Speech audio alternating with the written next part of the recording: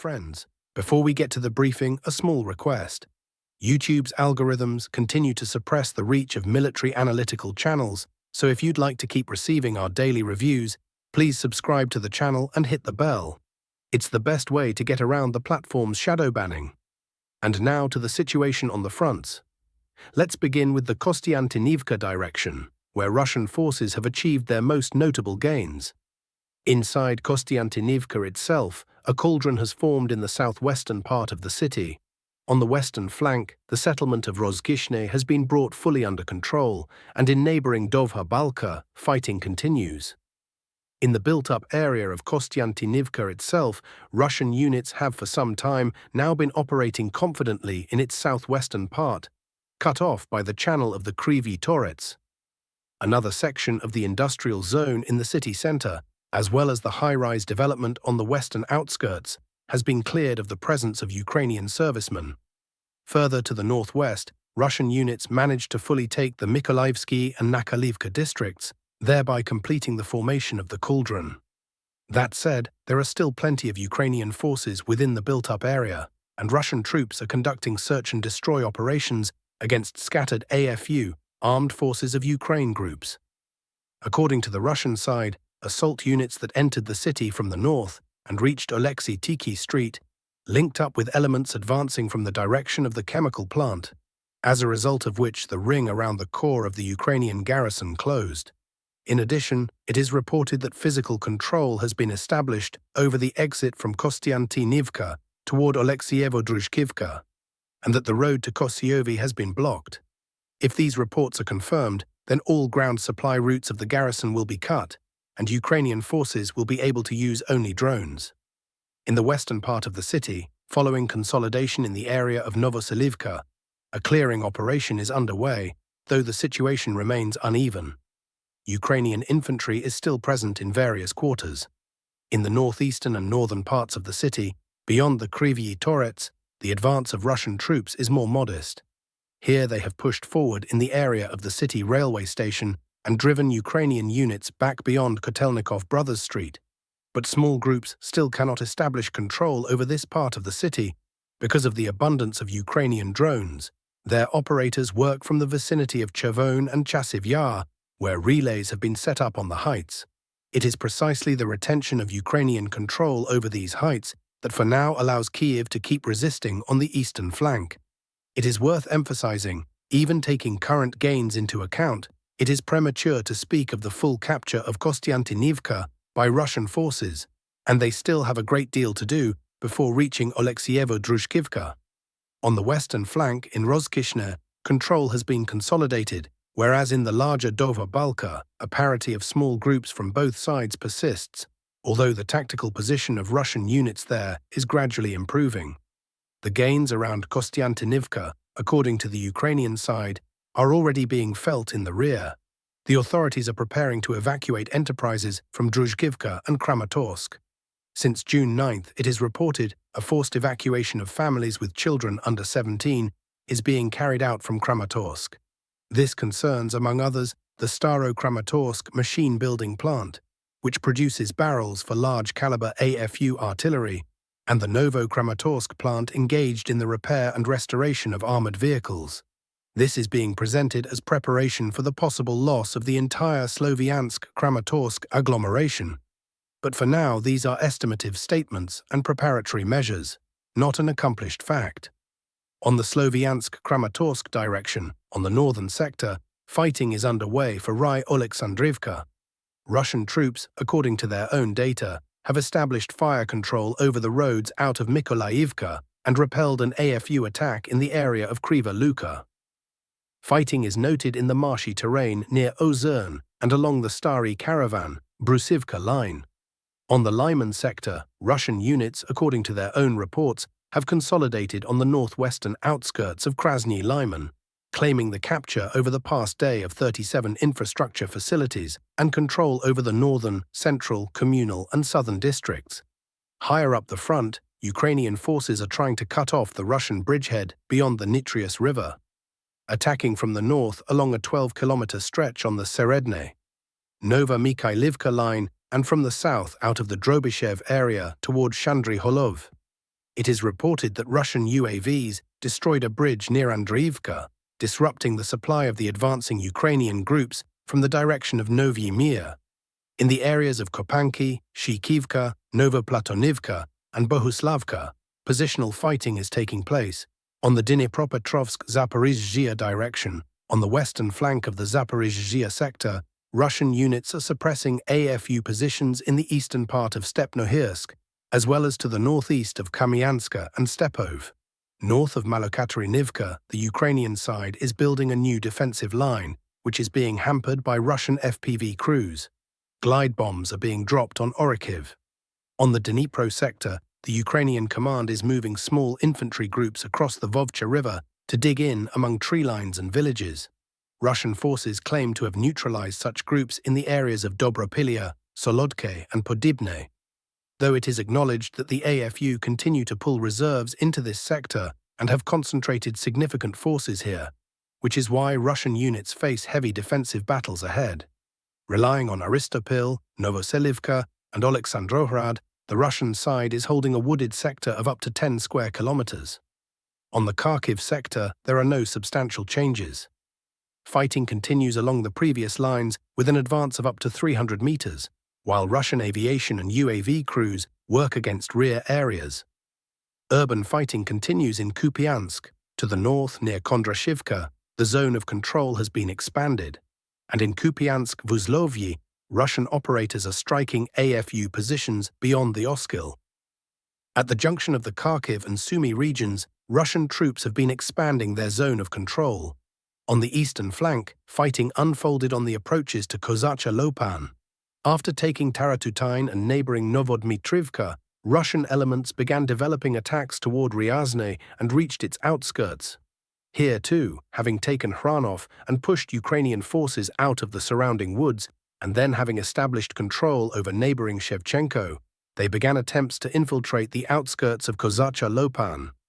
Its capture would deprive Ukrainian troops of an important transport hub in the border area, while a further advance to the south would open the road to the near approaches to Kharkiv itself. On the western flank, Russian assault troops have been gradually taking the forested areas around Krasnopilya. In the Sumy border area, an advance of roughly 700 meters is noted on the Krasnopilya and Sumy sectors, as well as movement toward Lizna, from Pokrovka to Mikhailivka. Higher up the front, fighting is underway for Velika Rybitsia. From the direction of Korchakivka, the woods in the area of Kyiv are being cleared, and fighting is noted in Novosich, Volzhanska, and Pisarivka. On the Dobropilya direction, there are no changes. A separate word should be said about the so-called rail war. According to statistics cited by Ukrzaliznytsia and quoted by the Ukrainian side, over the first quarter of 2026, a total of 541 strikes were carried out against railway facilities, with 1,718 facilities damaged. The particular emphasis, according to these figures, has been on locomotives as the scarcest resource. Over the quarter, 81 such assets were destroyed or damaged, against 128 for all of 2025, and roughly 100 in total before 2025. If this dynamic holds through the end of the year, Kyiv could lose more than half of the roughly 1,000 serviceable locomotives it had at the start of hostilities, which would complicate the redeployment of troops and supply. We stress that these figures are cited with reference to Ukrainian statistics and commentators and cannot be independently verified. It is also reported that Russian FAB glide bombs have struck warehouses and industrial facilities in Kherson and its suburbs, including a hit on a fuel and lubricants depot. On this basis, a number of Ukrainian sources forecast a worsening of the fuel situation by autumn and winter. We stress that these are forecasts and value judgments of individual channels, not confirmed data. In addition, reports are appearing about the development in Russia of autonomous anti-drone air defense systems, in particular the Zuba complex, developed by Rostec, with 4 combat modules based on the PKT machine gun, a command post, and its own radar, is mentioned. Plans are being announced to cover a significant share of infrastructure facilities within the coming months.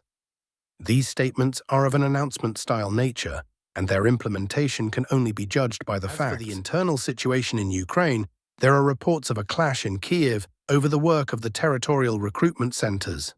According to available information, passers-by tried to prevent the detention of a man by TCC personnel, and police used tear gas. According to the same reports, an emergency meeting was held overnight in Zelensky's office amid mounting discontent over forced mobilization. This information is being circulated primarily through social media and has not received official confirmation, so it should be treated with caution. That same night, Ukrainian monitoring resources warned of a possible large-scale strike against Ukrainian territory, including the use of the Oreshnik system, naming Kyiv and water supply facilities as the main targets. Mentioned were drone launches from several locations, as well as the possible use of Kh-101, Caliber, Iskander-M, Zircon, and Kinjal missiles. To repeat, these are reports from Ukrainian monitoring channels, and they are of a cautionary, unconfirmed nature.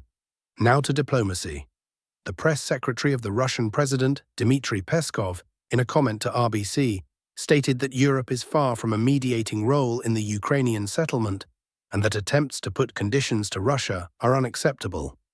In his words, to begin mediation by putting forward conditions is illogical.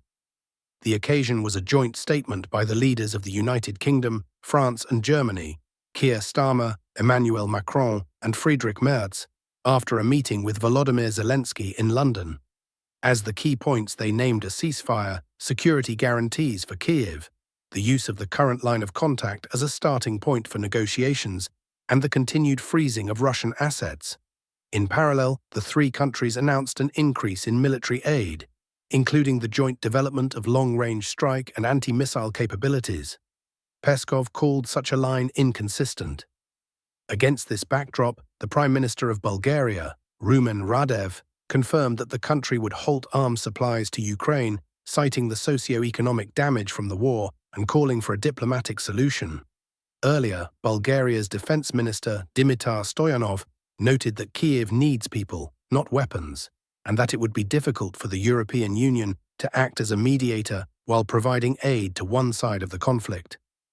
In Kyiv itself, according to Ukrainska Pravda, there is skepticism toward the role of the United States as a mediator. Sources in Zelensky's office complain that Washington limits itself to relaying the parties' positions, whereas more active moderation is expected of it. At the same time, Italy's Prime Minister Giorgia Meloni, speaking before the EU Council, reiterated that the European Union needs to designate an authoritative representative with a mandate from all member states to negotiate with Russia. Adjoining the European theme is the assessment of reforms. According to Western media, of the 10-point plan agreed in December, Ukraine has fulfilled only about 15%. This concerned expanding the powers of NABU and SAPO and a new anti-corruption strategy. Former European Commission Enlargement Advisor Heather Grab noted that the mandatory stages of accession cannot be bypassed and that the technical negotiations, given the political will, could take around 4 years.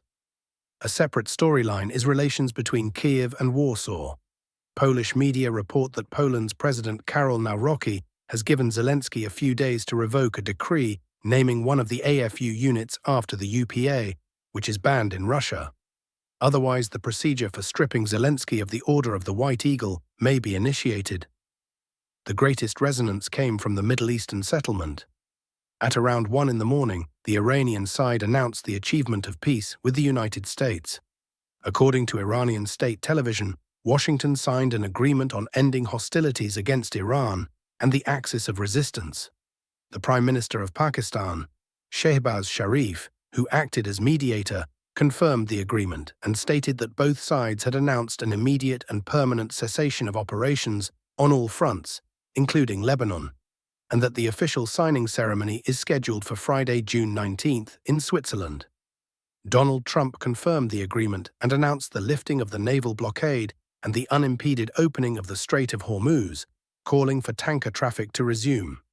According to the Iranian side, the United States at the last moment guaranteed Lebanon's territorial integrity and agreed to the withdrawal of Israeli troops from the Lebanese border, after which Iran called off its retaliatory strike. The deputy head of Iran's foreign ministry stressed that the memorandum was signed in the absence of trust and that Tehran will monitor the fulfillment of obligations, and that transit rules in the waters of the Gulf will be regulated jointly by Iran and Oman. An important caveat: Israel's Prime Minister Benjamin Netanyahu, according to reports, told Trump that Israeli troops would not leave Lebanon and that Israel does not consider itself bound by the Lebanon clause of the memorandum. So the durability of the agreement remains to be tested. Finally, a telephone conversation took place between Vladimir Putin and Donald Trump, lasting exactly 55 minutes. The two sides discussed bilateral relations and the international situation. Trump, according to reports, spoke in favor of ending hostilities in Ukraine and expressed his readiness to influence Kyiv and the United States' European partners. Putin stated that strikes on civilian infrastructure in Russia would not change the situation on the battlefield. There was also a remark by Putin to the effect that if Zelensky wants a meeting, he should come to Moscow. It is also reported that the two sides agreed on a new visit by Witkoff and Kushner to Russia, and that they discussed the upcoming US-Iran memorandum, which Trump described as close to being made public. According to sources, Putin spoke positively of Melania Trump's role in reuniting Russian and Ukrainian children with their families, and also wished Trump success in hosting the FIFA World Cup. Following the conversation, the Russian leader expressed satisfaction that the conflict around Iran, capable of setting the whole region ablaze, is being contained. Such is the picture for today. What do you make of the Middle Eastern trade-off and of the situation around Kostiantynivka? Write in the comments. If this review was useful, support it with a like. It helps the channel break through the algorithmic restrictions. We're following the development of all events. Peace and goodness to all. Take care of yourselves. This has been Ruslan Bailov.